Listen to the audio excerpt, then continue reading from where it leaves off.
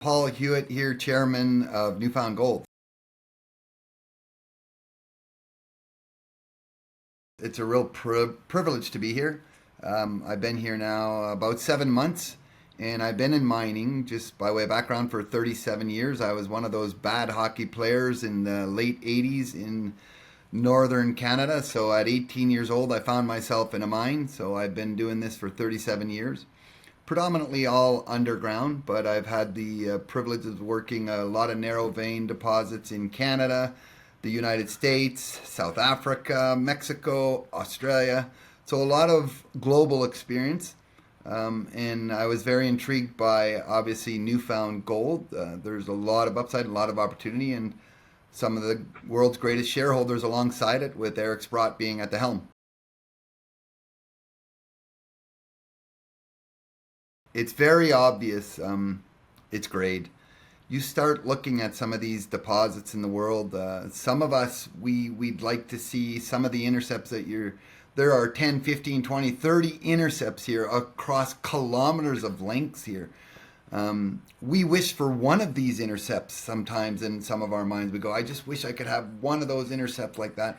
And there are multiple zones of them. There's not just one. There's everywhere we look, we continue to find these great high grade intercepts. It's about putting it together now. So obviously the location in Canada, one of the greatest places you're going to find in the world to be mining, the grade and the shareholders. It was hard for me to say no, to not want to be part of the team to grow and take this from where it's been, because it has been an exploration company and a story for a number of years now, to pivoting to where it's going to be and getting into that operation setting, which is a very different world, as you know, Matt, given your own experience. My role is predominantly putting together a strategy alongside the CEO, right? So building a strong board. You can see that we've made some changes to the board right out of the gate, and we've appointed a brand new CEO. And I can't tell you how pleased I personally am, and I know that I get the privilege of speaking to a lot of shareholders often. Our shareholders are very pleased with Keith Boyle. He's done an outstanding job. He continues to surprise me on a number of levels in a very, very positive way, and doing some things that are very accretive for shareholders. So hats off to Keith, and I would encourage people, if you haven't met our CEO Keith Boyle, I would strongly encourage people, find him, get a hold of him. He's certainly doing an amazing job. So from my perspective as chairman, it's to make sure that we've got the right executive team, and we do now, making sure the strategy is aligned, and we have a vision for our shareholders. So as you know, I represent the shareholders, and it's a little different than being the CEO. People don't understand sometimes the differences between being a chairman and representing the shareholders and being the CEO who's on the ground in the executive team. So there are some major differences there. We've just put out a PEA, and some of the numbers there are outstanding as well. You look at some of these numbers, we'll be able to fund a large part of that operational growth right from that PEA. That's a big, big step here. What Keith is doing here by starting small and creating some revenue from some of the smaller ounces out of the gate, so call it 69, 70,000 ounces a year, that opens the door for us to get into operation and really start building a bigger operation rather than diluting our shareholders every round, right? This allows us to start a bulk sample with the PEA, get into mining, and pivot from that exploration setting and getting it permitted and getting us going. A tremendous change from where we've been, Matt. So I can't underscore how big this is in our world and in a small area. I just want to point out just how small of an area it is. You're talking about 5% of our ground package here. We have a lot of upside everywhere we start drilling. So I know that I'm quite excited, and the ability to get in early on the ground and build something from scratch. Normally the properties I've been involved with have been around for 5, 10, some of them 50, 60 years. We can learn from all those experiences, myself, Keith, the rest of the team, and make sure we have a state-of-the-art operation right out of the gate, which we can all be proud of. That'll be here for decades to come.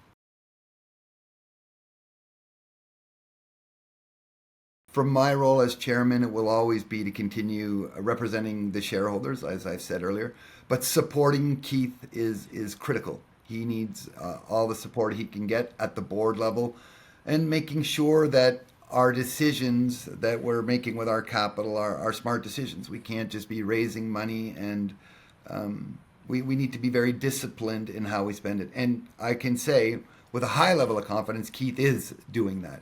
He is very focused at the budget. He's very focused at the process. He's very focused at making sure we're not spending erroneously. Again, I know I've mentioned this, but it is worth saying time and time again. When you have the right team and the right people at the helm, things change a lot. And I'm, again, very, very pleased with our leader here, our new CEO. I just went to site here, myself and our largest shareholder. We went to site, Eric Sprott and I, about a month ago. Got to meet the whole team. It was a great day, actually. We had a whole bunch of analysts out there. And you can't underestimate the value of that town of Gander and the power and the roads, the Trans-Canada Highway. You're in the heart of it here. We're not in an area secluded up in northern Greenland where we have to helicopter things inside. We're talking about one of the big airports in Gander where you got U.S. military flying in and using it as a pit stop to fly into other places, into Europe and that. This is Gander. There's a movie about it because that's where everyone ended up going after the 9/11 situation, because Gander was a great place to fuel up. But the point is the infrastructure, the power, the roads, the town itself. Keith is right. He's 100% right. We don't get these opportunities where we got a town or this type of infrastructure, road access, power access, people. Our people are very nearby.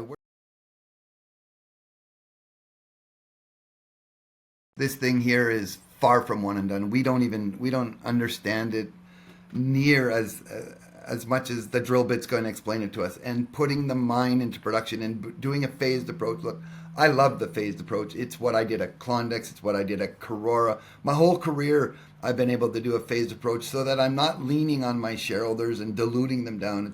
I'm always aligned with our shareholders. We're aligned very much with them here in this case as well. So we've got a strong team, strong asset, some of the best grades you're going to find in the world. Just let us do what we do best, and that's build a mine and build it in a phased approach in a manner where we're being very disciplined.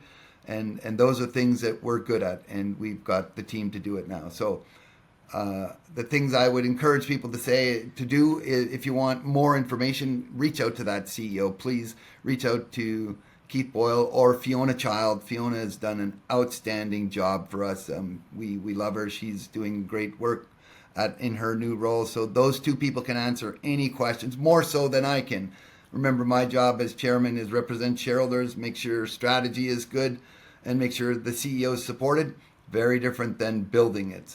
But I'm very proud to be here and excited about what we're going to do here over the next couple of years.